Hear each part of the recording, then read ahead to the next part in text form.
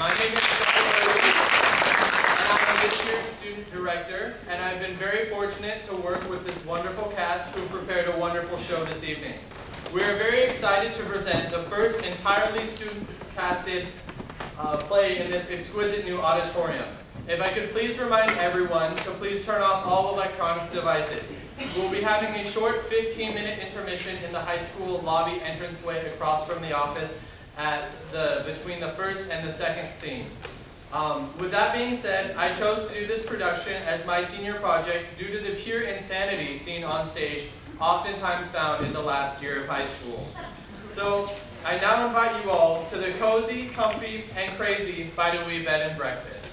And one more announcement, Miss Peabody tonight will be played by Amanda Bell. Thank you.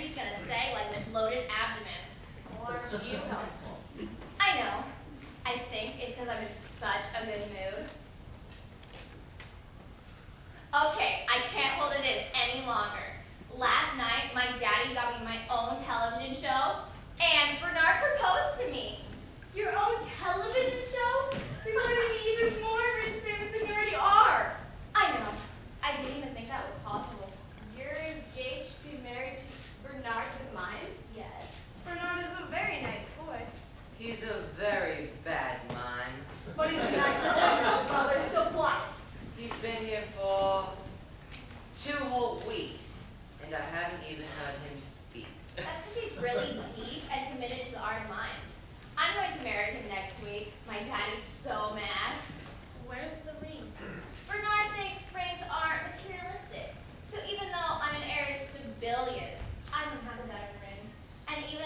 my daddy says he's going to cut me out of his will, I'm still going to marry Bernard. I think that's very brave of me. But is that wise, Riviera? You're so young. How could a minor support you? Money has nothing to do with love, Dr. Pills. Unless you don't have any.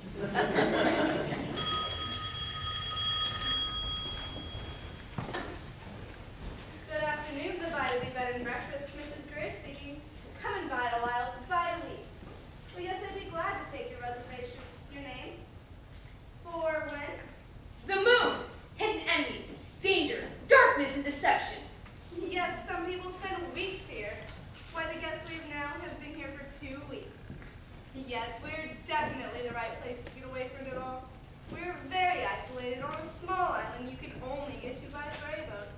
Plus, it's romantic. 2 of our guests have just gotten engaged. The tower, calamity, unforeseen catastrophe. King me. Oh yeah, I'm the king. I'm the king. Oh, it's infuriating. The fool, reversed, the card of negligence, carelessness.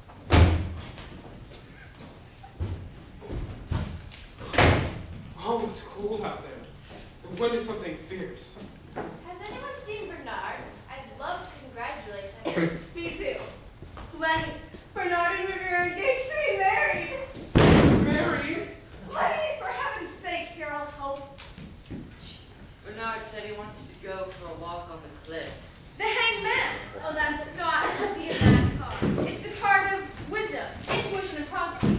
Unless it's reversed as this one is. Then it's bad. Very bad.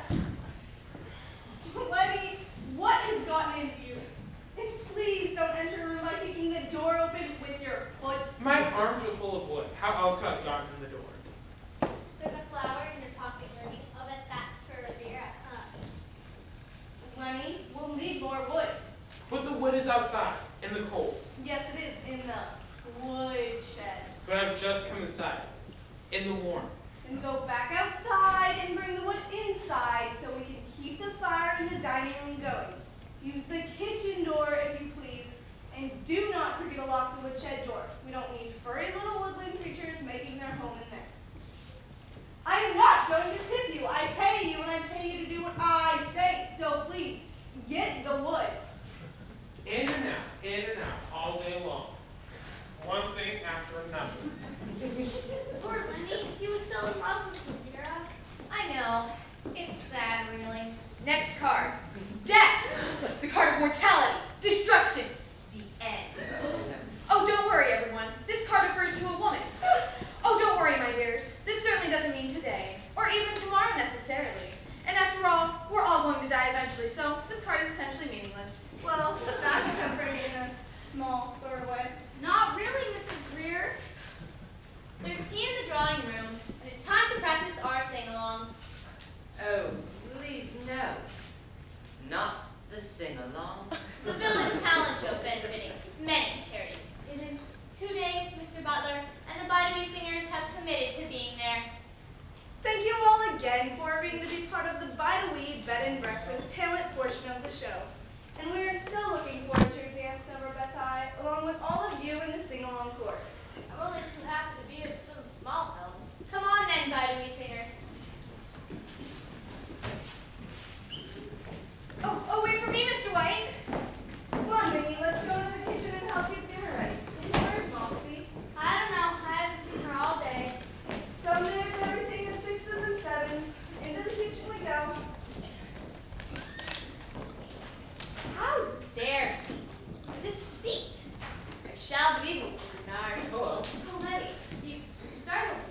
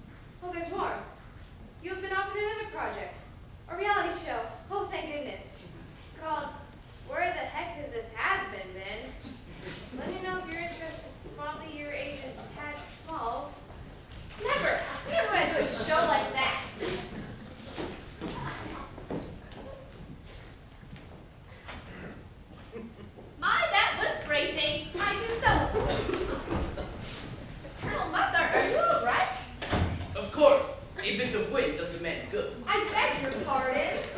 I meant outside. Bracing oneself against the wind outside. It's good. Wind makes a man feel like a man. I've got to find the pigs come next. And I'm going here, and I'm going there. Here, and I'm there, and I'm everywhere, and I'm going to go next time. E-I-E-I-O. I'm hiding in the drapery. Tell no one.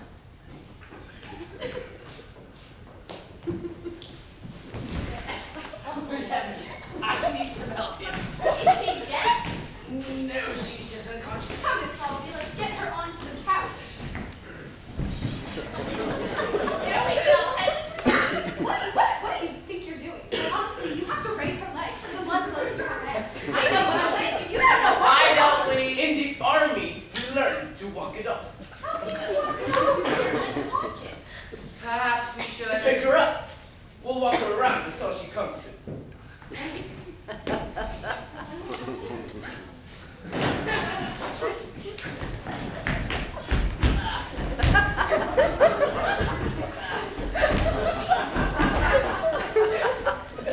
have a doctor in the kitchen. Perhaps we should have him help. We didn't have doctors in the kitchen in the army. We helped ourselves.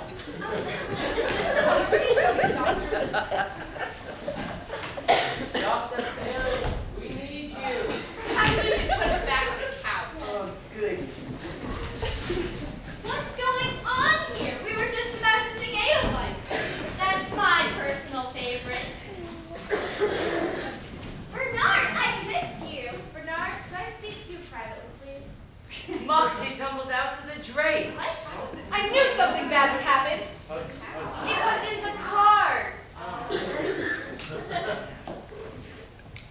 Air! Give her air!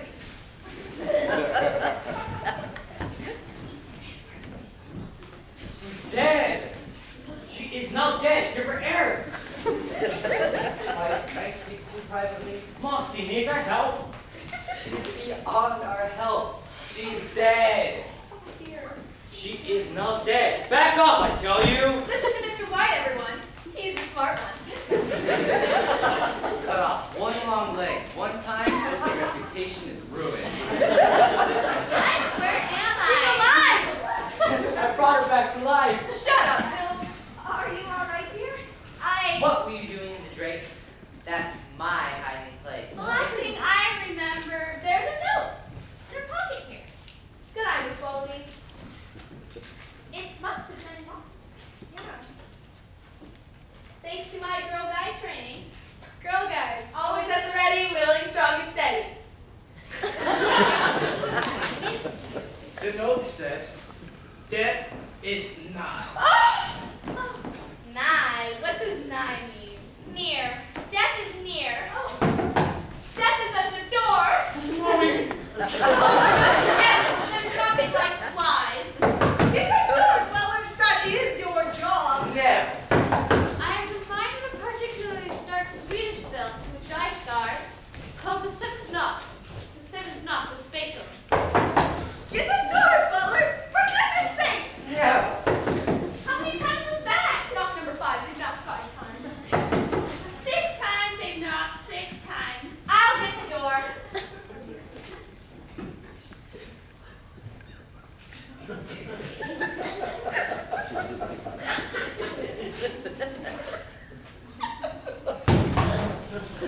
Daddy, what are you doing here? Where's the mine? Get off, you mouse. You don't want to fight me like a man, you itinerant street buster. Daddy, don't kill him. I love him. Over my dead body when you marry my daughter. At least now without a nuptial agreement. Mr. Fishel. There are better ways to settle this. A duel, perhaps. At sunrise. A duel? Are you insane? Get out of my way, you. You're fired. Daddy, What? stop it. You can't just fire people that don't work. And don't hurt Bernard, Daddy. Don't. Are those dead bodies? What kind of place are you running here? Mrs. Greer, you're fired. They're not dead bodies. They just fainted. I'll get it. Things can't get any worse. Everybody breathe! Inspector! I said breathe! With your hands up!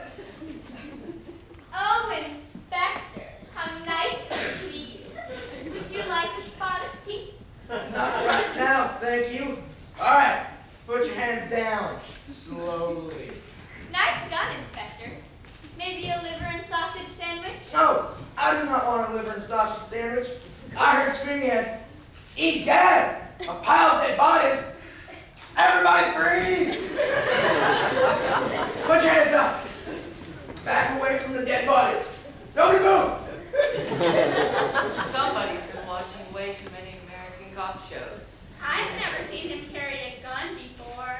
I'm pretty sure this is his first time. Inspector, they're not dead bodies, they just fainted. Oh, I see. Well, I guess no one's in immediate danger, so, put your hands down. We're gonna need something strong smelling to wake them up. Cook's potato and sardine stew is particularly pungent today. Why, thank you, Mr. Butler. That's sweet. I'll get it. Would you like some, Inspector? Not right now. I'm on duty here. It's a fine man who puts his feet first. A fine, fine man. Inspector Parsh, we've been threatened. With the dead note. That's why people were fainting, and I was kidnapped and thrown into the grave. Then I tumbled out with that note in my pocket. Let me see that. Here you go.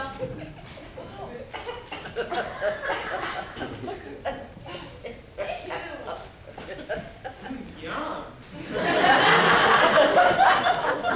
Tell us what happened, Marcy. Well, the last thing I remember, I was dusting the grapes. The next thing I remember, I was on the couch, and that note fell out of my pocket. Come on, Riviera, we're leaving. But Daddy, I'm afraid no one can leave. The wind has whipped the scene to a frenzy. I was on the last ferryboat to the island. The last for the day. No one can leave. means you'll be spending the night, Inspector? I'm afraid it does, Mrs. Cook. We can leave. I flew my helicopter here.